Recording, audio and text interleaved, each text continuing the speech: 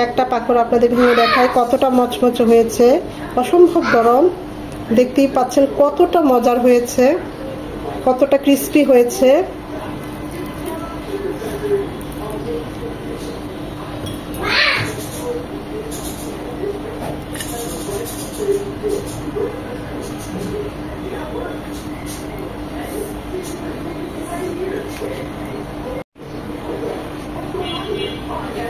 আসসালামু আলাইকুম। দূরের কাছে যে যেখানে বসে এই মুহূর্তে আমাদের ভিডিওটা দেখছেন তাদের সবাইকে মাহফুজা কিচেন ভিডিওতে ওয়েলকাম।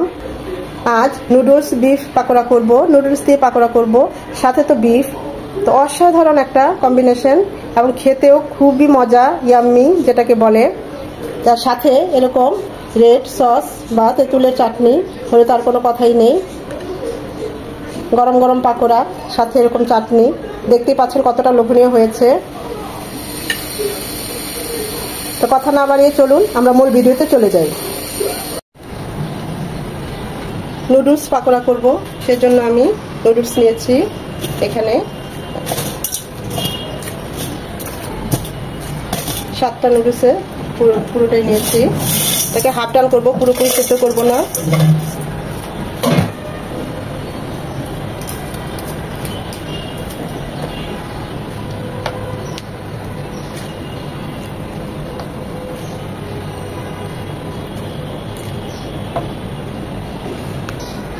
এর চেয়ে বেশি সেদ্ধ করবো না, কারণ আমরা এটা পরে আবার ভাজবো।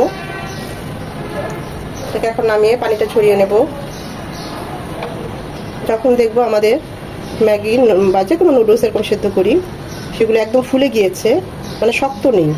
কারণ শক্ত থাকলে পরে ওগুলো আর খেতে ভালো লাগবে না, কিন্তু নরম হয় নাই, একদম ভালোভাবে ফুলে গিয়েছে। ঠিক তখনই আমরা পানিটা ছড়িয়ে এটাকে নামিয়ে নেব।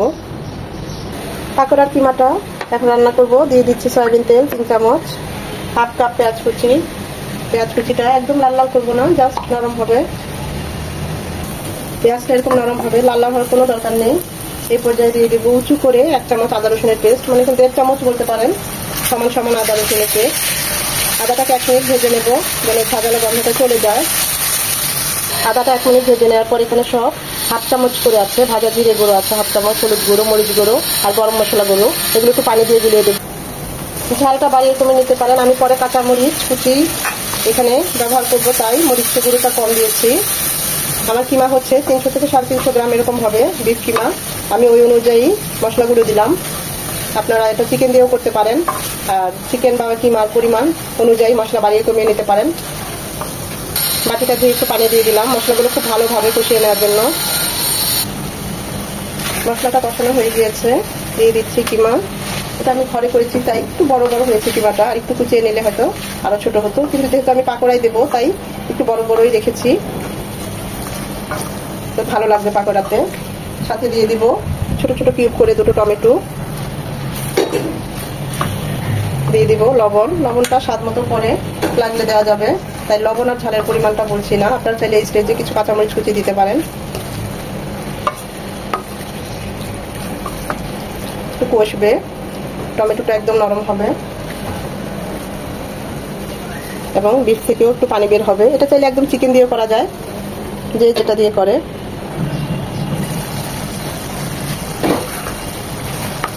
খুব সুন্দর একটা সুঘ্রাণ বের হয়েছে।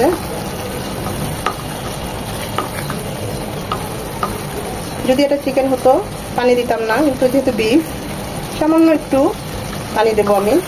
তার একটু কষুক, তারপর এখন আর ঢাকবো না, এভাবেই আরো 5-7 মিনিট কষিয়ে নেব। সামান্য একটু গরম পানি দেবো, ফুটানো পানি, যেন বিফটা খুব ভালোভাবে সেদ্ধ হয়। এখন এটাকে আরো 15 মিনিট কুক করব। এটা একদম শুকনো শুকনো হবে, ভাজা ভাজা হবে, এখানে কোনো ঝোল থাকা চলবে না। বিফগুলো একদম সেদ্ধ হয়ে গিয়েছে, আমি অফ ক্যামেরায় চেক করেছি, টমেটোগুলো গলে গিয়েছে।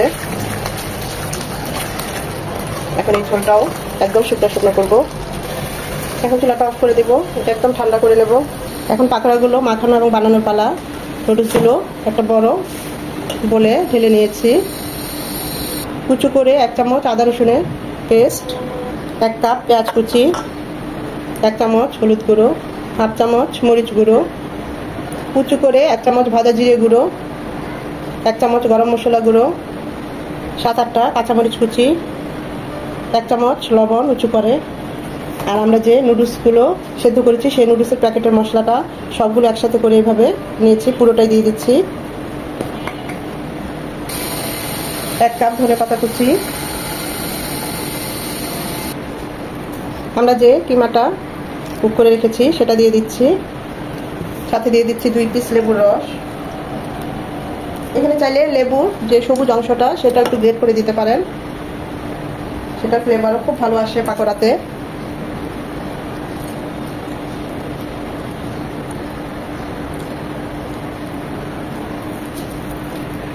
এখন সব হাত দিয়ে একদম ভালোভাবে মাখিয়ে নেব। যেহেতু আমার বিফে বেশ কিছুটা তেল আছে তাই আমি এক্সট্রা কোনো তেল দিলাম না। যদি বিফে একদম শুকনো শুকনো হয় তাহলে এখানে 1 চামচ সয়াবিন তেল দিয়ে দিবেন।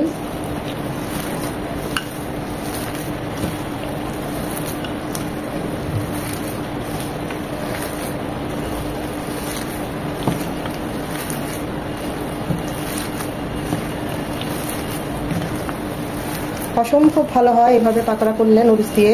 সবসময় নুডলস রান্না করে খেতে ভালো লাগে না, যেভাবে পাকোড়া করে দেখবেন খুবই ভালো হয় খেতে। বারবার এভাবেই করে খেতে ইচ্ছে করবে। যাকেই খাওয়াবেন সে আপনার প্রশংসা করতে বাধ্য হবে। যদি দেখেন একটু লিকুইড হয়ে গিয়েছে সেক্ষেত্রে 1 চামচ বেসন দিয়ে দিতে পারেন, কিংবা 1 চামচ কর্নফ্লাওয়ার, ঘরে যা থাকে। তা আমার মনে হচ্ছে লাগবে না, আর লাগলে দেব। এভাবে দেখবেন যে দলা পাকিয়ে পাকোড়াগুলো হচ্ছে কিনা। আমার পাকোড়াগুলো একদম ঠিক আছে। তারপরও আমি এখানে 2 চামচ চালের গুঁড়ো দিচ্ছি আর একটু ক্রিস্পি করার জন্য। আপনারা চাইলে কর্নফ্লাওয়ার দিতে পারেন বা বেসন দিতে পারেন, এটা আমি এমনি দিলাম, আবার চাইলে অ্যাভয়েড করতে পারেন। সেটা দিয়েও খুব ভালোভাবে মাখিয়ে নিচ্ছি। এই স্টেজে এসে লবণ মশলা সবকিছু টেস্ট করে নেবেন, লাগলে দিয়ে দিতে পারেন। আমি দেখেছি সব ঠিক আছে, কিচ্ছু লাগবে না, কিন্তু ভালোভাবে মিশিয়ে নিয়ে মেখে নিতে হবে। পাকোড়াগুলো যে যার শেপ অনুযায়ী বানিয়ে নেবেন, চাইলে খুব বড় করে নিতে পারেন, যার যেমন ইচ্ছে। আমি এভাবে করে একটু চ্যাপটা করে নেব, কারণ পাকোড়াগুলো ভাজতে হবে একদম মচমচে করে। আর এরকম চ্যাপটা করে নিলে ভাজতেও সুবিধা হয়, মচমচে হয়, আর খেতেও খুব ভালো হয়। এখানে অনেকগুলো পাকোড়া হবে, সব একসাথে ভাজবো না, আমি ডিপে রেখে দেব। যখন দরকার হবে তখন নামিয়ে নামিয়ে ভেজে দেব। পাকোড়াগুলো একটু বড় বড় এরকম আর একটু পাতলা পাতলা হলেই সবচেয়ে ভালো হয়। বিকেলের নাস্তায় বা টিফিনে যখন ইচ্ছা পাকোড়াগুলো খেতে পারেন।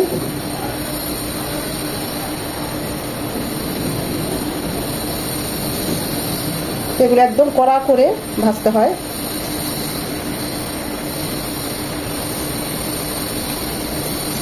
যদি হাতে লেগে যায়, হাতে একটু তেল মেখে নেবেন, তখন দেখবেন আর লাগবে না।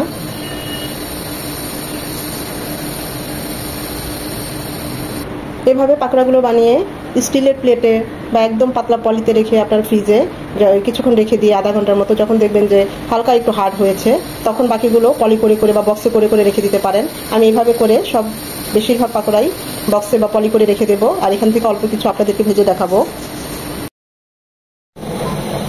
পাকোড়াগুলো ভাজার জন্য দিয়ে দিচ্ছি সয়াবিন তেল। একদম ডুবো তেলে ভাজবো না, এরকম মোটামুটি পর্যাপ্ত পরিমাণে তেল দিব।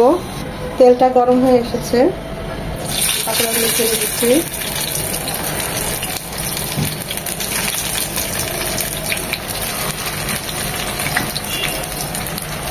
আর হবে না, তাহলে নাড়তে চাড়তে পারবো না। মিনিমাম ওই 3 থেকে 4 মিনিট এরকম মিডিয়াম টু লো হিটের মাঝামাঝি রাখবো চুলার হিট। ভাজবো যেন ভিতরটা ক্রিস্পি হয় আর নিচেটাও একদম না লেগে যায়। এত সুন্দর একটা সুঘ্রাণ বের হয়েছে। এমনিতেই তো পাকোড়া টেস্টি হয়, তার উপর এরকম গরুর মাংস দিয়ে করলে তো খুবই মজা হয়। খুব সুন্দর একটা স্মেল চলে এসেছে। আমরা তো অনেক ধরনের মশলা দিয়েছি, এটা একদমই মচমচে হবে। এভাবে একটু চেপে চেপে, যেন ভিতরটাও একদম মচমচে হয়, পাতলা হয়, আর একটু এভাবে একটু চেপে দিব।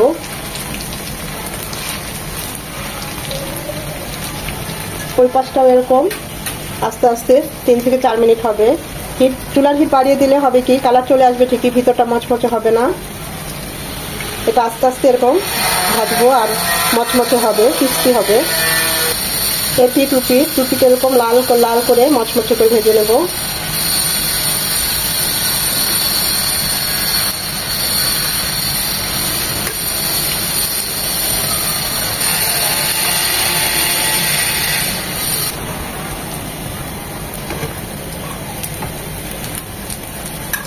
বাঁধাকপি দিয়েও গরুর মাংস দিয়ে আমি পাকোড়া দেখিয়েছি, আমার চ্যানেলে ভিডিওতে আছে, আপনারা চাইলে দেখে নিতে পারেন। নুডলস দিয়ে ওরকম পাকোড়া খুব মজা হয়।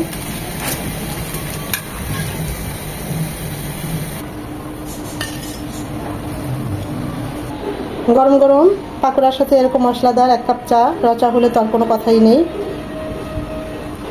পাকোড়ার সাথে এরকম তেঁতুলের চাটনি বা রেড সস, যেটা বলে, এটা ঘরে বানানো রেড সস, খুবই মজা হয় এভাবে। সসটা আমার চ্যানেলের ভিডিওতে দেওয়া আছে, আপনারা চাইলে দেখে নিতে পারেন। আর সাথে এরকম নুডলস বিফ পাকোড়া, গরম গরম মশলাদার 1 কাপ চা, আর সাথে কি লাগে বিকেলের নাস্তায়। খুবই লোভনীয় এবং খুবই মজাদার, সত্যি বলছি খুব ভালো হয় এভাবে পাকোড়াটা নুডলস দিয়ে করলে। আপনারা চাইলে চিকেন দিয়েও করতে পারেন, যেভাবে করে। বিফ দিয়ে করলে তো আরও মজা হয়, অসম্ভব মজা হয়েছে। তো ভিডিওটা দেখে যদি ভালো লেগে থাকে অবশ্যই একটা লাইক দিবেন, ফ্রেন্ডস অ্যান্ড ফ্যামিলির মাঝে বেশি বেশি করে শেয়ার করে দিবেন, কমেন্ট করে জানাবেন কেমন হয়েছে।